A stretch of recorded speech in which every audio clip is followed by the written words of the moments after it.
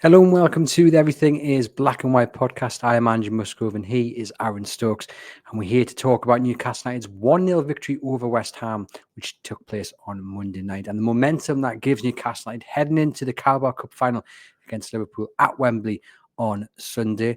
Aaron, it's nice to see. It feels a while. It has been. It's been a long time since the last show did it together, doesn't it? Since you went off on your jollies. Yeah, nice relaxing time away. It seemed like everything fell apart as soon as I set foot outside of the studio. Yeah, you missed a very negative week of podcasts. I must admit, it wasn't good stepping into the hosting chair, having to talk about injuries and suspensions and sendings off, and Liverpool worry. But thankfully, we're sitting here today and we're going to talk about a nice win, a nice confidence boost, no injuries, no suspensions. It's like a breath of fresh air. It's going to be a wonderful, positive half an hour, right? Yeah, 100% it is, definitely. I'm feeling confident. I'm feeling more optimistic. Yeah. I don't know about confident. Yeah, I'm feeling more yeah, optimistic that's right. after last night's victory. I think we have to say, though, it wasn't the best of performances. And I don't think if you're Arne Slot or you're Liverpool, you watched last night and you stood up and took notice of Newcastle and you were like, oh, we're there. They're going to hurt us here.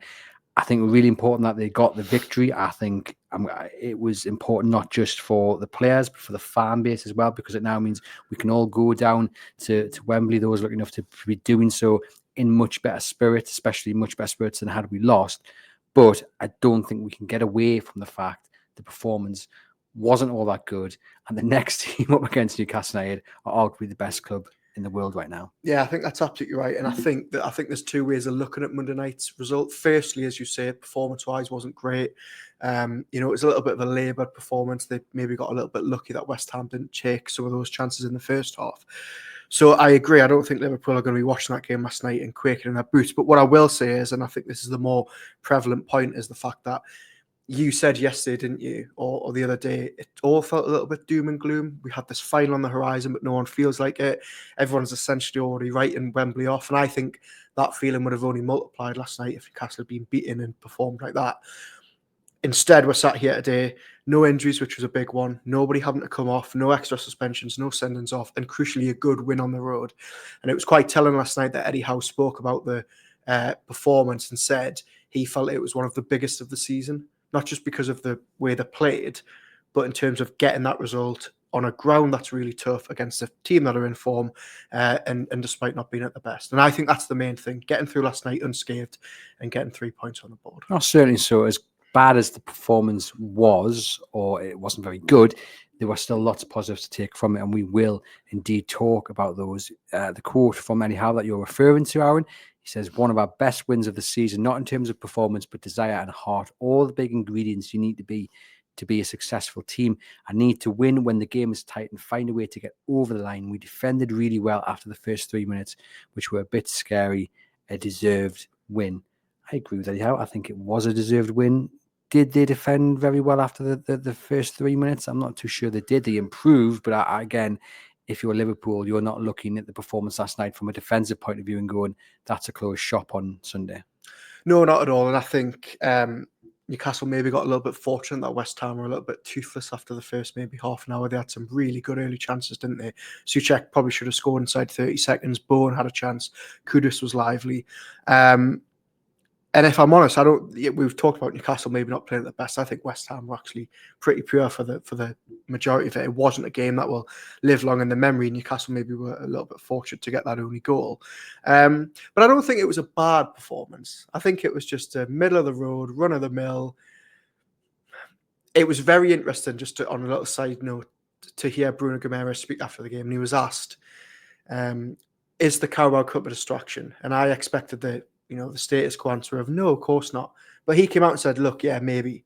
And was there maybe a little bit of that in the players last night? They know Wembley's 6 days away. They know they don't want to be getting injured. Do you know what? I don't think there was, actually. Not in every single player. You look at some of the challenges Joe Linton was flying into.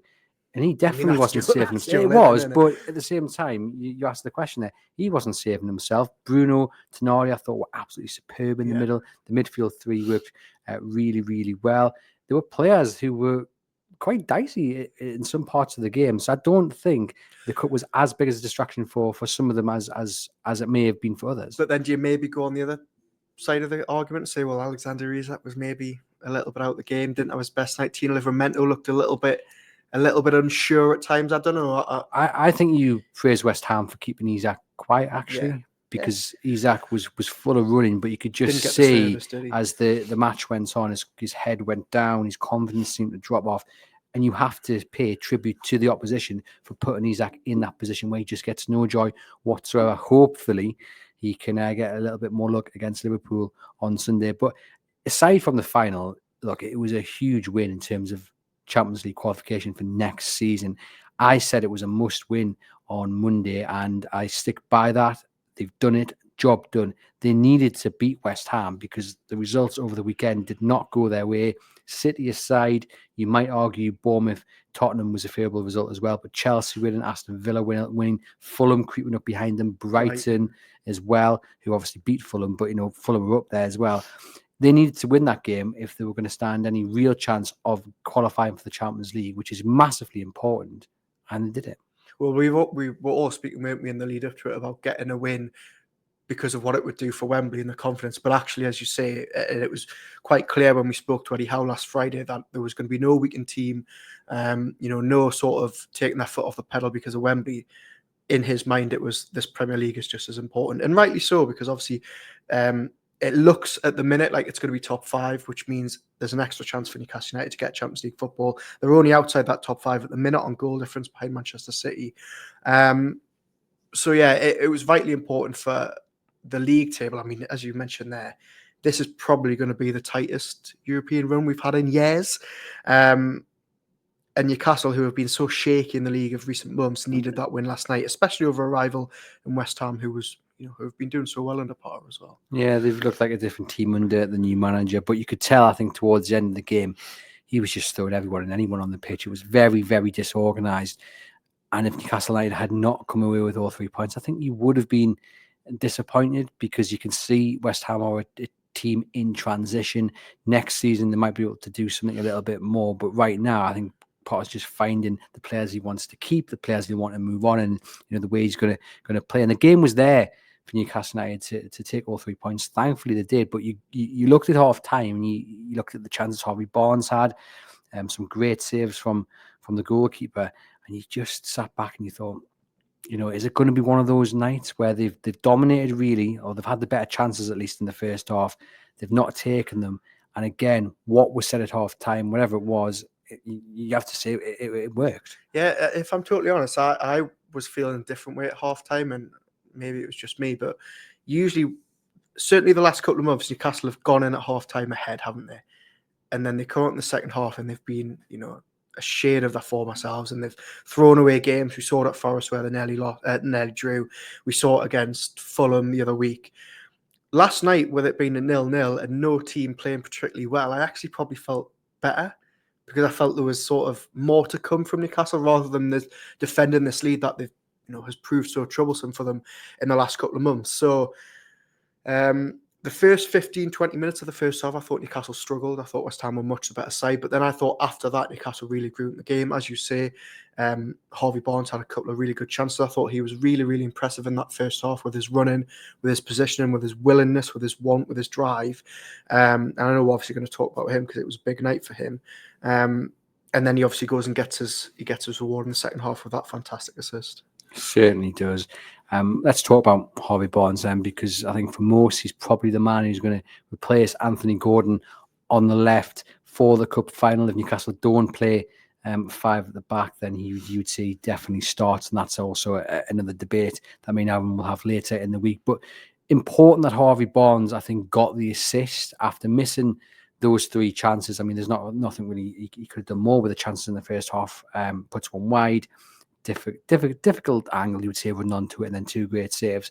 But important that he got something from the game, because had he gone off, having missed those chances, and had he not got an assist to his name, you do wonder about the confidence and the spirit of the lad. And I think, of course, he would have wanted to get on the score sheet, but at least he's created something. He's created the winner for Newcastle United, and that will do a huge boost to his confidence. Yeah, it might not be a wholly popular opinion, but I think even if Barnes had went off last night without getting that assist, I think I would have been confident enough with that performance to say he's probably done enough. I thought he was really, really good first half without getting that reward.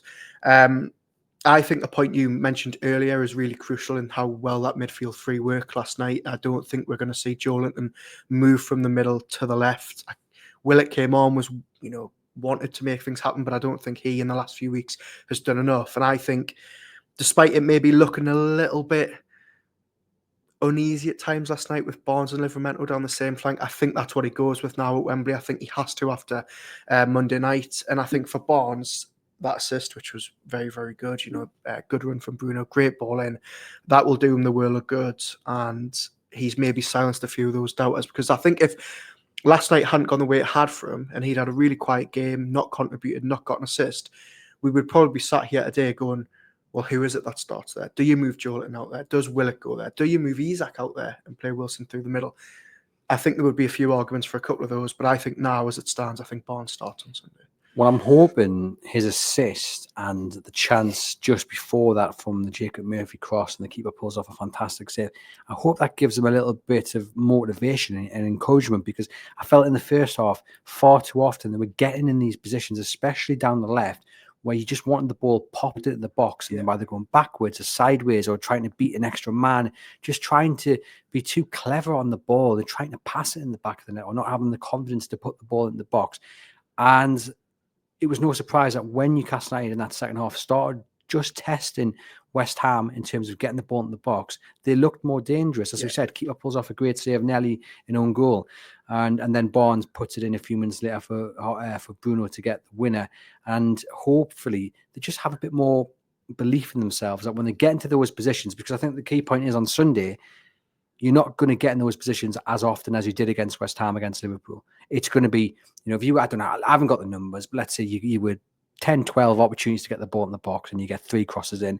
Against Liverpool, you're probably only going to get 3 opportunities to get the crosses in. Do you know what I mean? So you have to be willing and ready and believing in yourselves to do that, because if you get the ball in the box, Isak is dangerous. You've got players following him in as well. And I think that's going to be crucial on Sunday. So it was good to see them when they had the confidence in themselves doing it last night. And of course, that's where the goal came from. Yeah, absolutely. And we know one of the big positives about Jacob Murphy is how direct he is. There's no sort of, faffing about with it. He will just get the ball out with his feet and get it into the box. He's maybe had a little bit of a drop off recently, which is probably understandable given how well he was playing over Christmas. But as you say, Barnes on the opposite flank, it's his bread and butter. He's played left wing for 10 years. He has done it at this level on his day, fit and five, and he can be a real asset for Newcastle. And thankfully, he's got that game under his belt to do it. The only question now for me is, and it's not really a question because we know Tino Livramento is going to start at left back. But I thought last night it didn't look right with Tino there. He's not the answer there long term, but it's the only option he's really got, because I actually found myself last night in March 2025 saying to myself, is it time to bring Matt Targett on? And I don't think that's the answer. I think Tino Livramento will start. I think he should start, but I would be so much more confident of that left side going into the final if Lewis Hall was there. I checked when Jamal Lewis was returning. I'm joking. I didn't really. Look, Livramento is going to play there. It's not ideal for him. It's not ideal for Newcastle United. They've been rocked by that horrendous news about Lewis Hall. And we'd feel a lot more confident, as you said, if Lewis Hall was playing on Sunday, but he's not. This is the hand that he has been dealt with. This is what he's going to have to deal with, and it's going to be Livramento. And I saw so in the comments and people saying he was well off the pace. I thought defensively he did all right. Bowen is a fantastic player. He would be in the top 3 options for me as a right winger in the summer for Newcastle United. It's not going to happen, but boy, would I love it to happen. And Livramento dealt with him really, and he didn't really have too much trouble with him. Now, of course, Mo Salah, Jared Bowen, different sort of levels, but I think that will have given him a bit of a boost going forward. Okay, he didn't look confident. He certainly didn't look as confident as Lewis Hall, but also it's not his preferred side.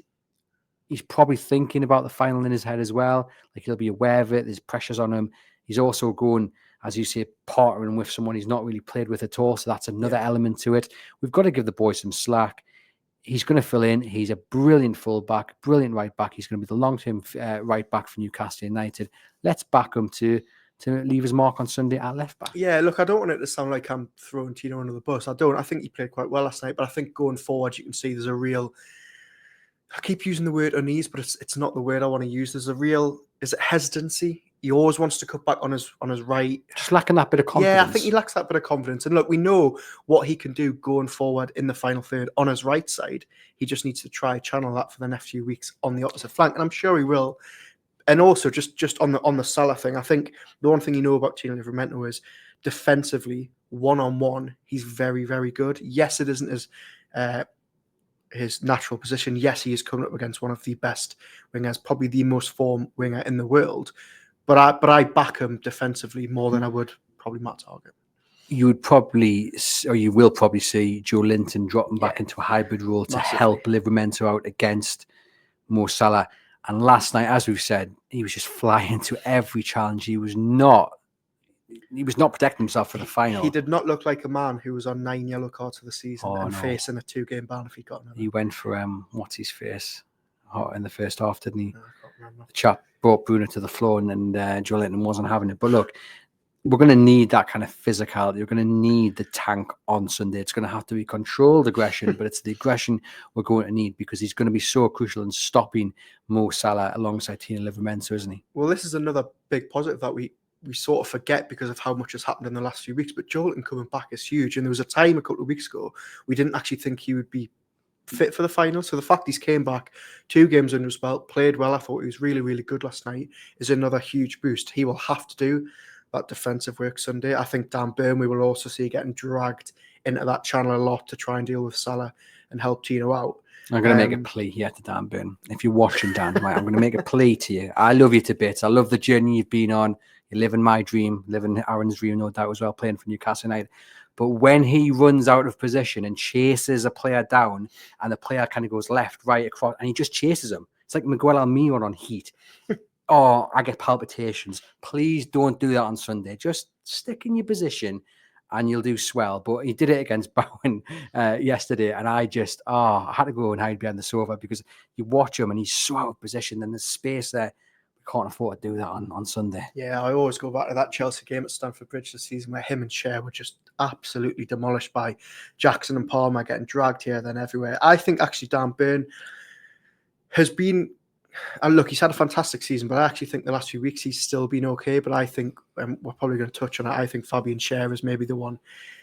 If anybody is watching on YouTube or after this, you'll see Andrew's face when we talk about Fabian Schär here. Do you know what? I was thinking about how to address this, right? Because and I just teed it up perfectly. Yeah, there we go. Because we want to be positive. We're going to a cup final on the back of the win. I'm confident that Newcastle United can finally lift that trophy.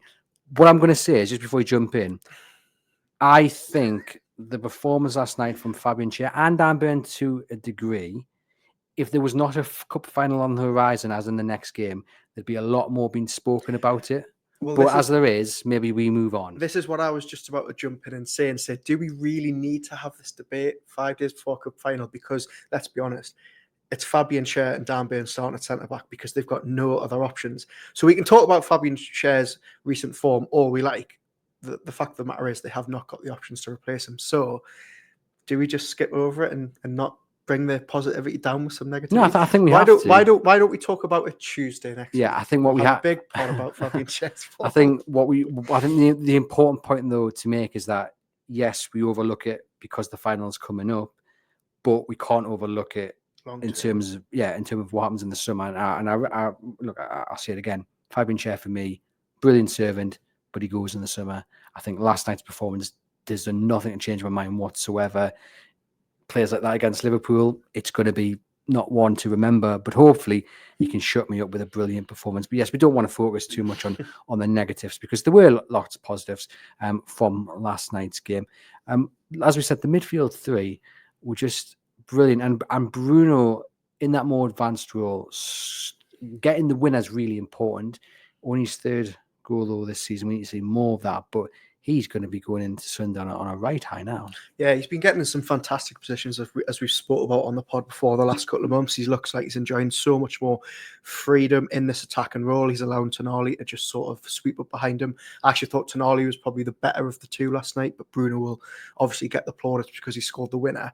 But I was actually really impressed with what Bruno said after the game. I don't know if you've seen the quotes, but he was asked on Sky about going into the Liverpool final, and obviously we touched on whether it was a distraction, and asked whether he thinks Newcastle can win it. He says, "Of course I do. I believe we can win the final. It's a final. Anything can happen. I believe our fans can make the difference. I think this is like the World Cup for us. This Carabao Cup final is everything because, like I said, we want to make history for the club. It's a long, long time for the fans without a trophy. It's a big game. We believe we can go there and get the job done." Now, I think people have been, and us included, we've been critical of Bruno as captain this season. We don't know if it's the right decision. We've talked about whether it was best to maybe revert to Dan Burn or Kieran Trippier or whatever. But I think in terms of going into this final, you can tell Bruno knows exactly what's on the line, exactly what's at stake. And I was actually really impressed by what he said last night to Sky. No shying away from it. They're going in there full of confidence, full of positivity that they can get the job done. I think any questions over the captaincy have never been about what he says to the cameras at the press, because he's absolutely brilliant at him. He could be a politician and you vote him in as PM. He's really good with a microphone and the camera in front of his face. It's just been at times on the pitch where he loses his head maybe, and he's having to be the one calmed down by. He's an emotional player as well, isn't he? But last night, big moment, and it goes back to that Joe Linton scuffle with the West Ham player. I can't remember the name. I'm gonna make a prediction and guess that he was maybe Argentinian, because I think that was Alvarez, might have been Alvarez or the Mexican. Sorry, but anyway, and Bruno was fouled, and then he was fouled again. And this is when he throws himself to the floor with a little reaction, but he doesn't react in terms of face to face, pushing and shoving. He kind of just gets on with it, and that for me, it's something so small, but I noticed it and it impressed me. Now, of course, Joe Linton went the other extreme and was trying to run wild over him. But Bruno, for me, I think he has shown a bit more leadership and why he is captain in recent weeks. Yeah, I think he has. I think he's grown into the role. I think he's getting much more confident in the role. I think we'll probably start to see the talk of him, ever losing the captaincy die down. And I agree. I thought last night, we've spoken at length, haven't we, about players who played well when they needed to. But I think for Bruno, there's been a lot of talk recently about his physicality, a lot of talk about whether he needs a big rest. He's looked off it.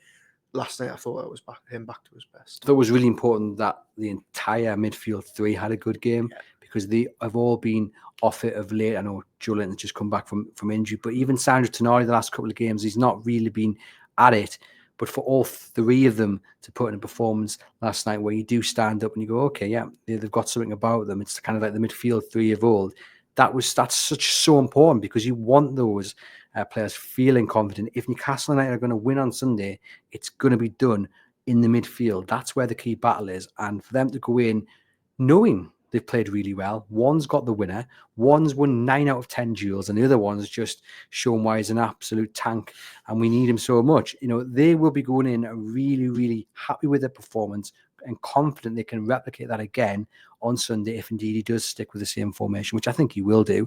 And that can only be good news for Newcastle United. Yeah, not doing it at St James's Park as well, doing it at the London Stadium. Tricky place to go. You're up against Souček, you're up against Alvarez. Very, very good Premier League players in their own right. And the midfield battle was won last night, and that was essentially what got Newcastle over the line. So, look, it's a different story at Wembley on Sunday. But as we've talked about a lot in the show already, it felt like last night, yes, the performance wasn't great, but everything they needed to do, they did.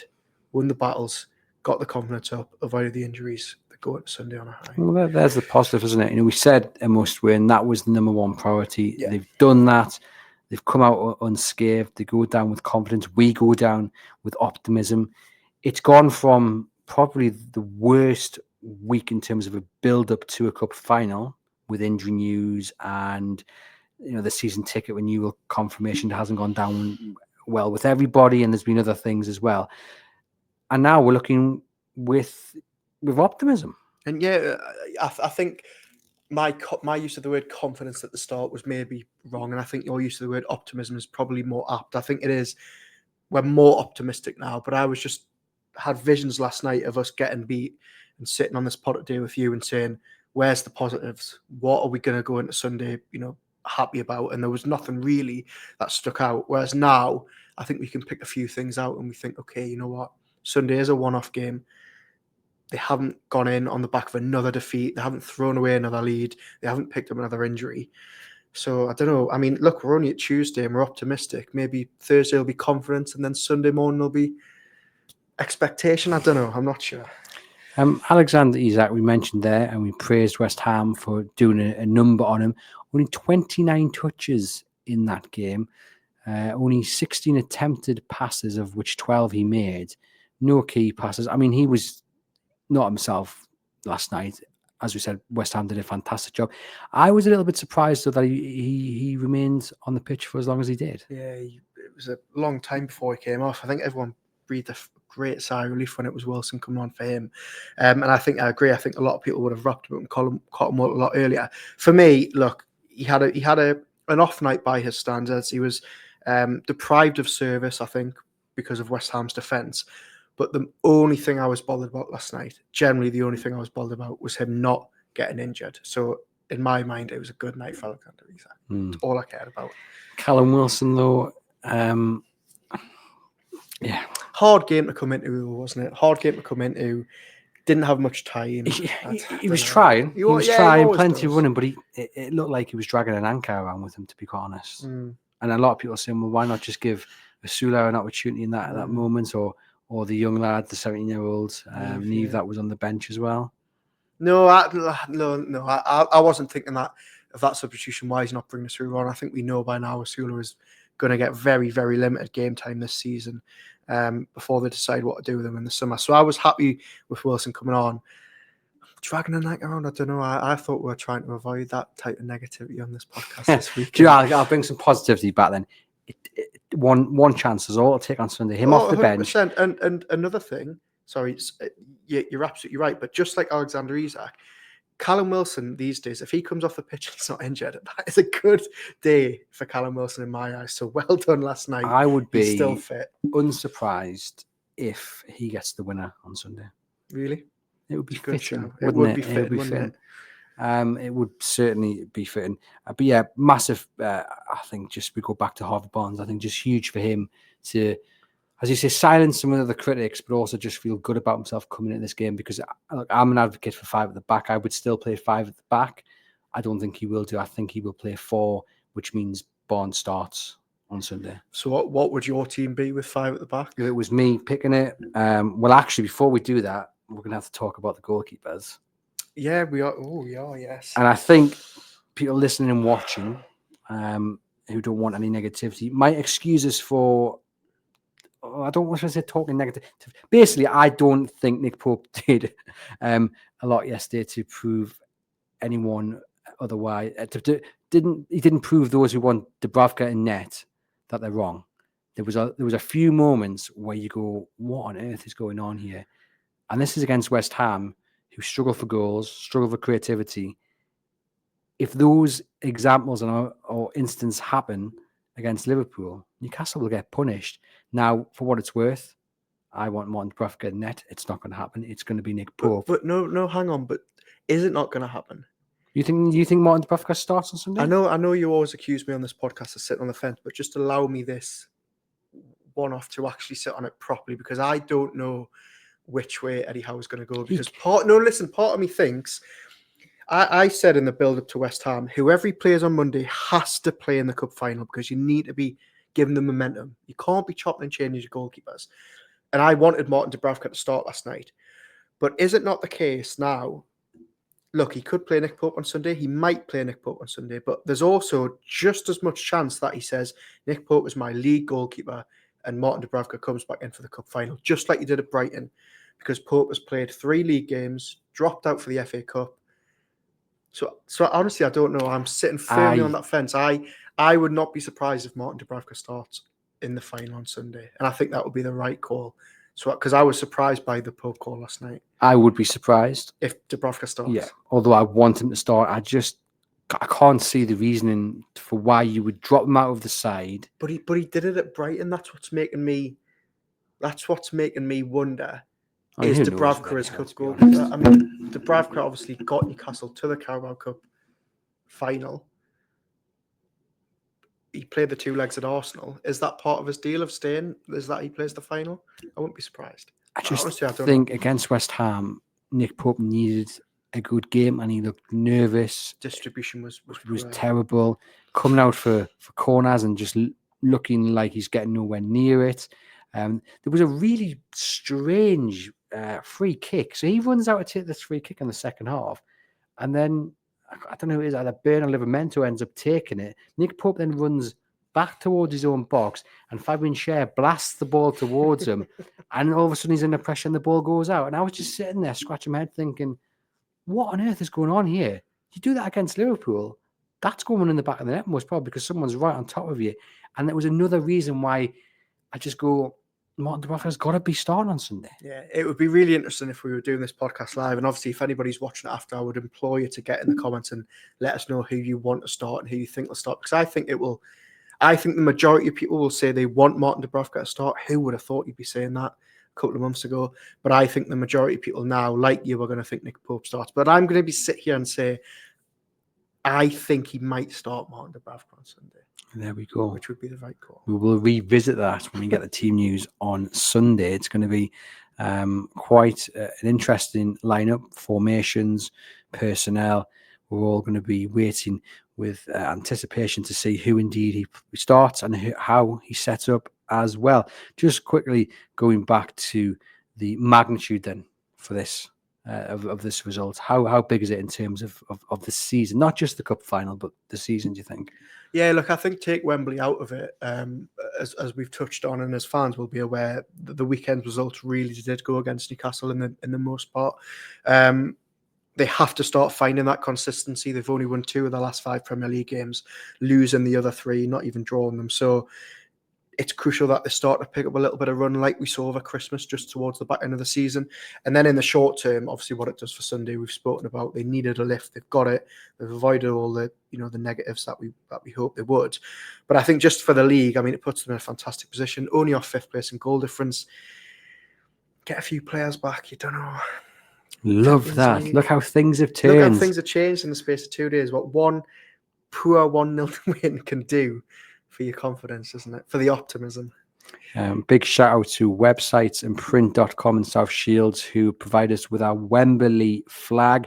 They'll be coming down with us on the weekend as we go down and look out for you guys. We want you guys to come and say hello, do a bit of video content with us, getting your views and opinions on Newcastle United. We're also going down to London tomorrow as well, aren't we?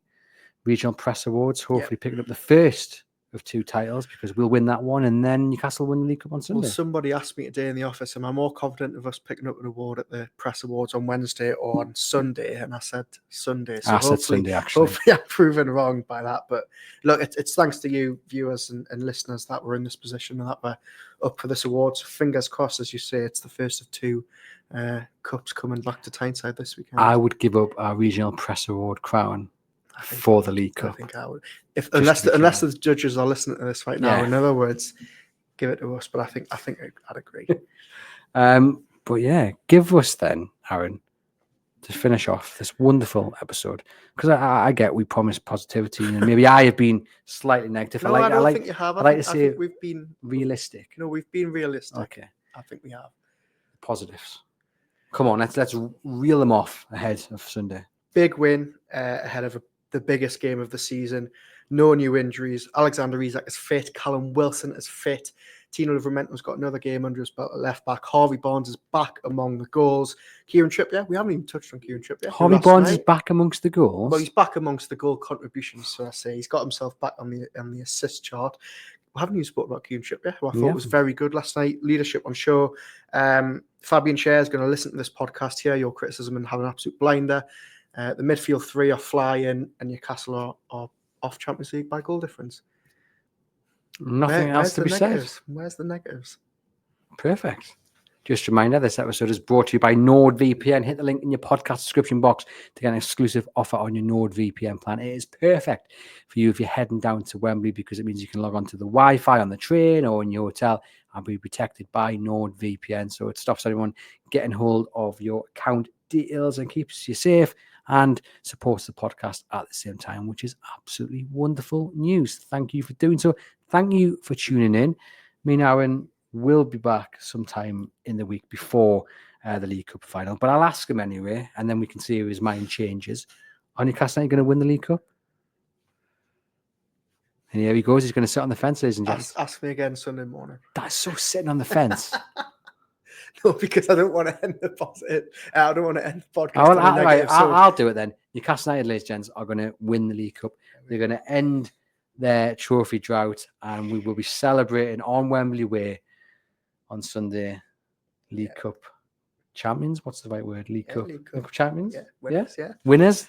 There you go. And to the person who wrote in on the review and said that me and Gibbo were demanding too much the last time Newcastle played Liverpool. Do you know what? There's nothing wrong with a little bit of optimism and a little bit of positivity and as well high standards. And it's a one-off game. You can't go in trying to get a draw. Exactly. In the words of John Gibson, you always have a chance in a two-horse race. Just before we finish, I actually had a text from a mate last week who listened to my preview episode with John Gibson and said, get Gibbo in the dressing room pre-match for Wembley. You know what? A lot of people have said that, actually. A lot of people said that over the years. There we go. I'll ask him his team talk on Thursday and we'll put it out and hopefully guys enjoy it. But yeah, for the meantime, enjoy the rest of the week. Hopefully you are flying high ahead of Wembley. For those going down, enjoy. For those watching it here on Tyneside or wherever in the world you are from, I hope you have a wonderful time doing so. And hopefully they can lift the League Cup. We'll be back during the week with plenty of podcasts ahead of the final. But for now, me and Aaron will bid you farewell. Enjoy the rest of your week.